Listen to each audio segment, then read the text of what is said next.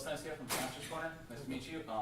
Actually, I was just wondering, you've done some amazing work with Mike Judge, both voice work on things like King of the Hill, The Good Family, and then also Office Space and live action too. How did you first meet him, and how did that process begin? That you began that relationship with that?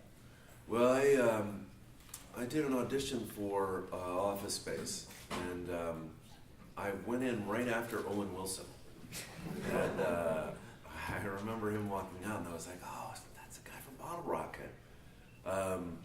Then I walked in and I started doing it, and I hadn't really nailed what I was going to do with the character yet. When I was rehearsing him outside of the building, because you don't get much time with sides in Hollywood. That's one thing that people don't really get, is that the development process in a television show can take 9 months, a movie can take 5 years to be greenlit, but the actor is given between an hour and 2 hours to come up with a character. So I was doing Lawrence as kind of like this stoner hippie dude before I walked in and saw Owen Wilson walk out of the door. Because I was like, oh, I was doing Owen Wilson. I better come up with another character by the time I walk in. So Lawrence was this guy who repaired our air conditioner in Virginia.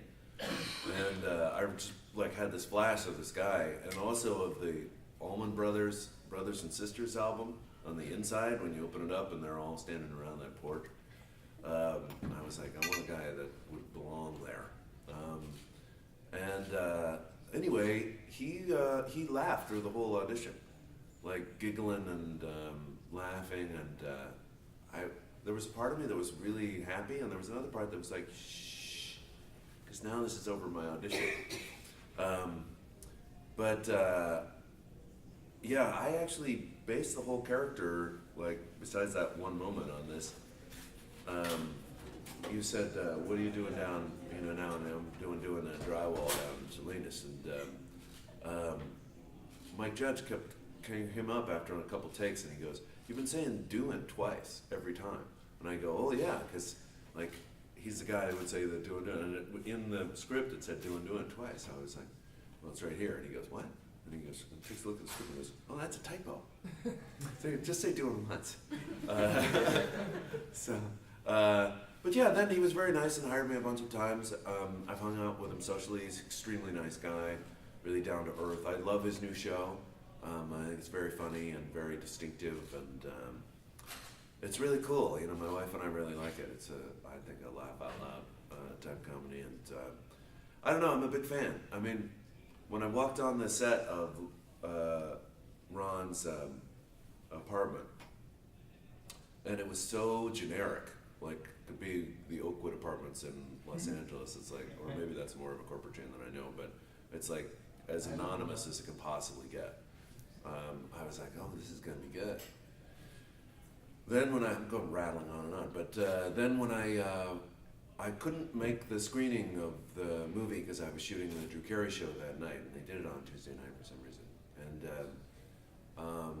so I couldn't make it, and so I went opening weekend with my wife, and there was literally no one in the theater, and it was one of the lowest points in my career, sitting there and realizing that this movie that I loved was a bomb.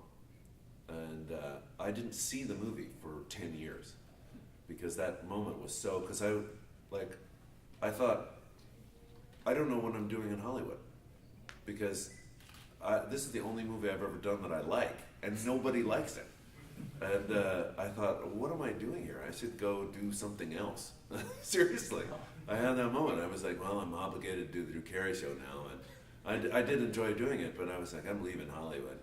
Because I don't get it. I just don't get people's taste, obviously. And then it started building, and I remember my wife and I were driving downtown, and these two guys in tats and a really cool pickup truck pulled up next to us, and they nudged each other or whatever, and they're like, this is 3 years after the movie. And they're like, hey, what'd you do with $1 million? And I was like, what? And they go, what'd you do? I was like, oh, 2 chicks at the same time, man. And they're like, yo, all right. And then it just started taking up its own steam. And then, but I didn't see it. It was on Comedy Central almost constantly. I never watched it. And, or on cable or whatever. It paid for the roof of my house. It was great residuals on that thing. But then they did a 10th anniversary screening in Austin where we shot it.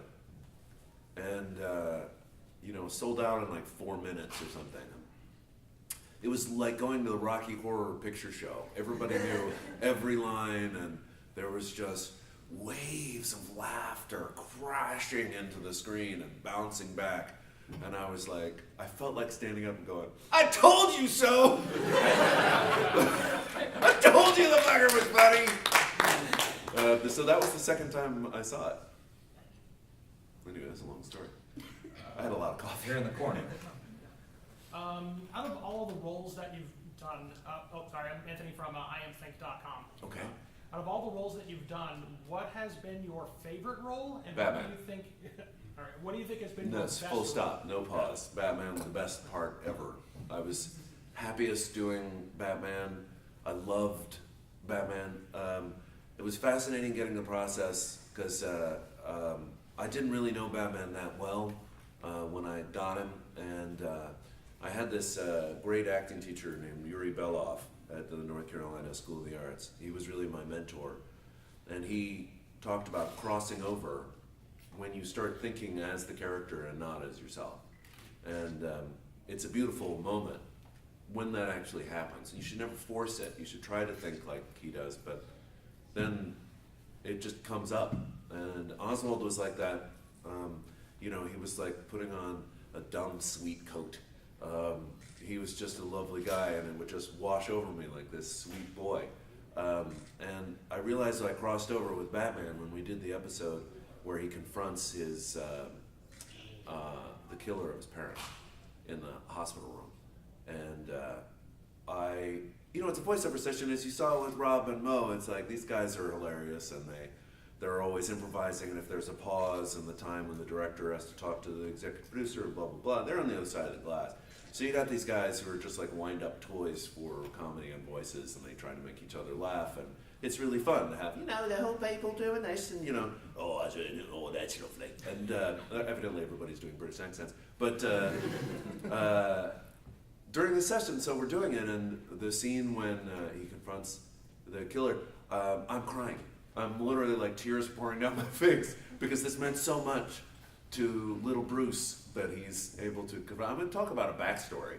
It's the greatest backstory that you could possibly ask for. It's just the greatest. And I loved being able to set the tone of a recording session and, having it be professional but fun and relaxed and easy. And there were a couple of people that called me like the Perry Como, the voiceover artist, because I was like, I sit, got my hat, got my little coffee, I'm very relaxed, where lots of guys are, up and very high energy. But yeah, I mean, Batman was probably was definitely my favorite part. Behind you. Oh, sorry. Nick Gansel with GeekVision.tv. Yeah. You are a great comedic talent who has appeared in both Meet the Spartans and Vampire Suck. Which Yes. leads me to wonder, what sort of blackmail do Friedberg and Seltzer have? I'll just say they're tender lovers. And they're the type of guy when you're in the tub, they'll sit on this part with the spigot right in their back, and I appreciate that. No, they're super nice. They run probably the most fun set that you can ask for, and they're just really, really nice guys. I mean, I have been asked a number of times, so I have done so many of them. There's a lot of my agent asked me that a lot, but they're just really fun. They're really genuinely nice guys, and there's a part of me that's still 12 years old and loves because I keep saying this is the last time I'm not going to do it, and then I read the script and I'm like. And they get me, and I don't know. We do one take as is, and then I get to do what I want. I don't know if you saw Vampire Suck, but there's a scene where he sits with his daughter and has a thing where he talks about the guy and the jeans and everything. And that was completely made up on the spot, and you can almost hear Jason and Aaron laughing off screen, and then that was just like the throwaway, the fuck it take, and they ended up being in the movie, and also that blow up doll that I'm looking over and I'm doing the voice and I go, I love you. She really does. That I just did to make the crew laugh, and they left it in the movie. I mean, it's really creepy when you see it, because my eye is like looking over her shoulder when I do it. It looks really weird. It looks twice as weird as I thought it would. And it's already pretty weird. Yeah, does that answer your question? Yes, Okay, cool. absolutely. Way in the back. Tracker and BW Media Spotlight. I was wondering if you, I know you would voice the video game, but I wondered if you would play the game or if you'd read into the tiny comic or produce program at all. This will probably get me killed later today, but I don't play video games. I don't. Yeah, I know it's intense. My son is. It's just like he's shocked, and I have friends that will like play it and go, "Come on, play!" And I'm like, I don't know, even know how to roll. I don't know. I have watched my son do it, and so that was kind of fun to watch. Yeah, you know, it looks good, and it was fun doing it, and my son seems to really enjoy it. And it's cool. It was cool to do Batman again and to have everybody in and do all of that. And the plot was pretty good. But boy, is doing a video game a lot of work. It's because you have like this splintering of reality where you have to play a scene with all of the different ways that it could possibly go. And as a kind of intellectual and acting exercise, it's interesting for, let's say, the first 45 minutes. And then you're like, oh, gee, I'm still here. Because, you know, we do Batman as a radio play, so it's like you're done after a pretty short period of time. But a video game is like endless. Because it could go this way or it could go that way, and then he'll feel this way or that way, and then blah, blah, blah. Does that answer your question? Well, I also want to know about the tie-in comics that DC put out for the show. Oh, yeah, the tie-in comics is super cool. Well, we had nothing to do with James Tucker wrote the first, drew the first cover of the first one. And he gave me one of those and signed it. And for my son, it was like a total comic book. Like, he was like, ah, you know. He also got the first action figure, you know. And he loves these cons. He's totally into it. He went as like Moon Knight one year and Roy Shakul and a bunch of he reads the encyclopedias of Marvel and DC, and he just loves this whole world. It's one of the reasons I like to stay in it, so something to talk about with him. This will be the last one right here in front. Gareth at GarethSmile.com. What was it like to work with Maxwell Adams on the Doom Adventures, Billy and Mandy? Maxwell Adams. Wait a second, I'm spacing out. Who's that? The guy who created Billy and Mandy. Oh, right. Sorry. You know, really great. He's a sweet, lovely guy. And Richard is great, and Gray Delisle, and I mean, you know, that was a fun show. He had seen The Searcher, I think, and so wanted me to do something similar to that. I think it was remarkably similar to that. I don't think I worked very hard on it, but yeah. You know, the great thing about the world of animation is, in the main, I would say like 99%, it's not an exact percentage, but of the people that you meet are really super nice.